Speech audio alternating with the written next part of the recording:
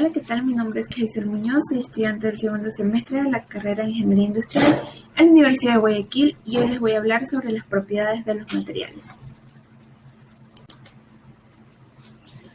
Las propiedades de los materiales son el conjunto de características que hacen que el material se comporte de una manera determinada ante diferentes estímulos externos, tales como la luz, el calor, las fuerzas, el ambiente, etc. Los materiales que se necesitan para elaborar un determinado producto se diferencian entre sí, y para desarrollar nuestro producto vamos a elegir el mejor en función de sus propiedades. Por eso es de vital importancia conocerlas. Las propiedades de los materiales se pueden agrupar en base a distintos criterios. En esta ocasión, desde nuestro punto de vista técnico, vamos a establecer la siguiente clasificación. Vamos a establecer 4 grupos principales. Entre ellos tenemos las propiedades físicas, químicas, mecánicas y tecnológicas.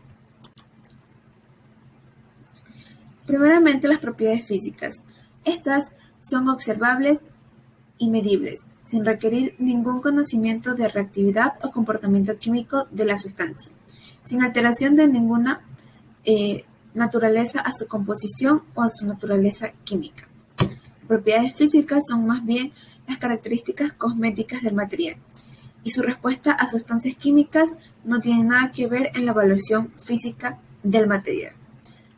Así pues, podemos encontrar propiedades como la densidad, que es la magnitud que expresa la relación entre la masa y el volumen de una sustancia o un objeto sólido. El calor específico, que es la cantidad de energía necesaria para aumentar 1 grado centígrado la temperatura de un cuerpo. Indica el mayor o menor dificultad que presenta dicha sustancia para experimentar cambios de temperatura bajo el suministro de calor. También tenemos la resistencia eléctrica, que es la capacidad que tiene un cuerpo de permitir el paso de corriente a través de él. Así pues, podemos diferenciar entre conductores como el cobre, el aluminio, aislantes como la mica o el papel, o semiconductores como el silicio o el germanio. También tenemos a las propiedades ópticas, que son las que determinan la actitud de un material ante el paso de la luz a través de ellos. Un material puede ser transparente, tal como el vidrio, cuando permite ver claramente los objetos situados tras de él. Puede ser translúcido, como el mármol, cuando deja pasar la luz, pero no permite ver nítidamente a través de él. U opaco, cuando se impide que la luz la atraviese, tales como la madera o el cartón. Así pues, también tenemos propiedades químicas. Las propiedades químicas son las que alteran la estructura interna o molecular de la sustancia, al interactuar con otra sustancia, creando una nueva o modificando la que ya está. Las propiedades químicas son observables o distinguibles cuando existe un cambio en la composición original y se transforma en otra diferente. Este cambio se llama cambio químico y provoca la modificación de los enlaces químicos al estar en contacto con otras sustancias reaccionantes.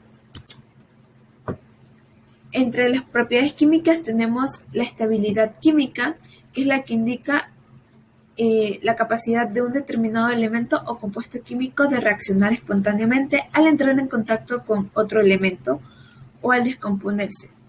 Si por el contrario, este también puede que reaccione de otra manera o necesite una acción exterior, tal como calor, trabajo o elementos químicos activadores. También tenemos por otra parte la oxidación, que se da cuando el material se combina con oxígeno y experimenta una reacción de oxidación. Y aunque en varias ocasiones podemos pensar que la formación de esta capa de óxido degrada el material, en muchas ocasiones también lo protege de una posterior degradación. Por último, tenemos a la corrosión, que se da cuando la oxidación se produce en un ambiente húmedo o de presencias de otras sustancias muy agresivas. Ahora bien, tenemos a las propiedades mecánicas. Estas son especialmente importantes a la hora de elegir el material con el que vamos a trabajar, ya que estas datan el comportamiento del material ante las fuerzas aplicadas sobre él. Entre las principales propiedades mecánicas tenemos la tenacidad, que es la energía de formación total que es capaz de absorber o acumular un material antes de alcanzar la rotura.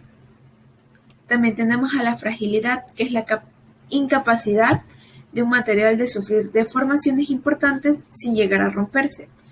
Así pues, tenemos como ejemplo claro el vidrio. Tenemos por otra parte la elasticidad, que es la capacidad de algunos materiales para recobrar su forma y dimensiones primitivas, cuando cesa el esfuerzo que se les había deformado.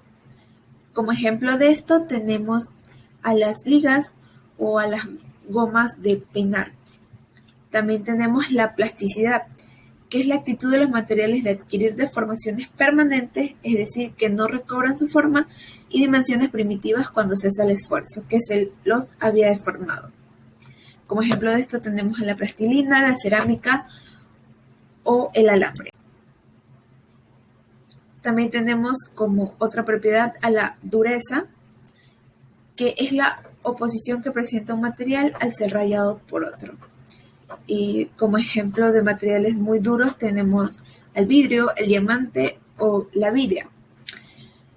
Y aunque podemos pensar que dureza y fragilidad son opuestos, realmente no, porque podemos ver que el vidrio, así mismo como puede ser frágil, también es uno de los materiales más duros que existen.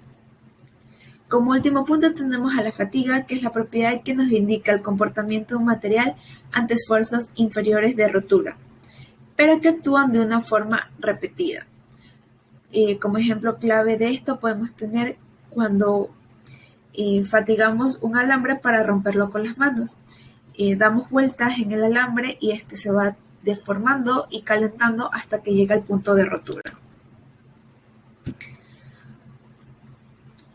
Ahora bien, tenemos a las propiedades tecnológicas. Son las que nos indican la disposición de un material para poder trabajar con él o sobre él. Así pues tenemos la ductilidad, que es la propiedad que presentan algunos metales o materiales de poder estirarse sin romperse, permitiendo obtener alambres o hilos finos. Como ejemplo clave de esto tenemos al cobre o a la silicona tanto caliente o fría, porque podemos ver que si tomamos un poco de silicona y la ponemos contra una base o contra nuestros propios dedos, podemos ver cómo se forman hilos bastante finos y en ocasiones hasta muy duros que se pueden volver a estirar. Esto nos da un indicio de que este material es altamente dúctil. También tenemos la maleabilidad, que es una propiedad del material que permite la descomposición o deformación. Este permite que el material se extienda en finas láminas sin que se rompa. Como ejemplo clave de esto tenemos el papel aluminio.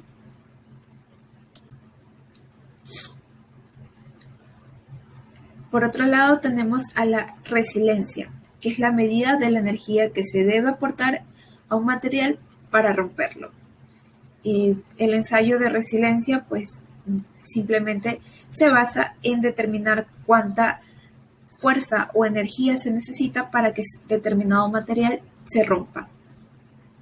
También tenemos la resistencia mecánica, que es la capacidad que tiene un material de soportar los distintos tipos de esfuerzo que existen sin deformarse permanentemente. Por otro lado, tenemos la soldabilidad, que es la posibilidad que tienen o no tienen diferentes materiales para poder ser soldados. La colabilidad, que es la actitud que tiene un material de ser fundido para llenar un molde.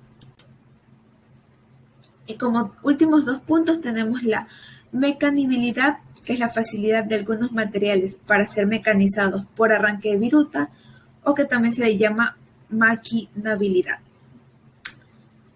Y la acritud, que es el aumento de la dureza y la fragilidad que adquieren algunos materiales cuando son deformados. Habiendo visto todas las propiedades que hemos visto y cómo se comportan diferentes materiales, podemos determinar que es de vital importancia conocer estas propiedades, ya que al conocerlas podemos determinar qué materiales se adaptarán mejor a nuestro futuro producto y por ende se adaptarán mejor a nuestra futura empresa o emprendimiento. Gracias por haberme escuchado y nos vemos en una próxima ocasión. Hasta la próxima.